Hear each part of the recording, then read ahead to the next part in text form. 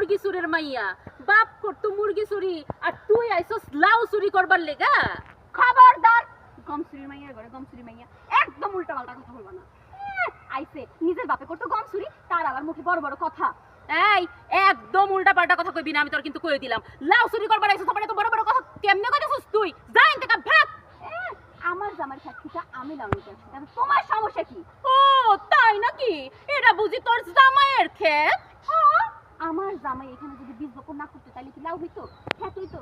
এখন যেহেতু ক্ষেত হইছে, লাউ হইছে, তাই পুরা লাউয়ের মালিক আমি, এটা খাওয়ার একমাত্র অধিকার আমার। শুন সুন্নি, তোর একটু বুঝাইয়া দেই। জমিতে বীজ বপন করলেই ওই জমি নিজের হয়ে যায় না। জমিতে তোর জামাই বীজ বপন করতেই পারে, কিন্তু এই জমিটা আমার জামাইয়ের। তাই এনতেকা চুরি করা বন্ধ কর আর এনতেকা যা ফুট। আরে বাপ রে বাপ, পাগলের সুখ মনে মনে। হায় রে, আমার শ্বশুর মইরা যাওয়ার আগে আমার জামাইরে কিন্তু সব সম্পত্তি দিয়ে গেছিল। যেহেতু মানুষটা সব সম্পত্তি তার দিয়ে গেছে, তার মানে তার ভাগের মালিকটা আমিও, আর এই লাউ খাতটা তার মানে আমারও, এই লাউটা আমিই খামো। হ্যাঁ তাই নাকি? তাহলে তুইও মনে মনে একটু স্বপ্ন দেখা শান্তিতে থাক, আপাতত এনতেকা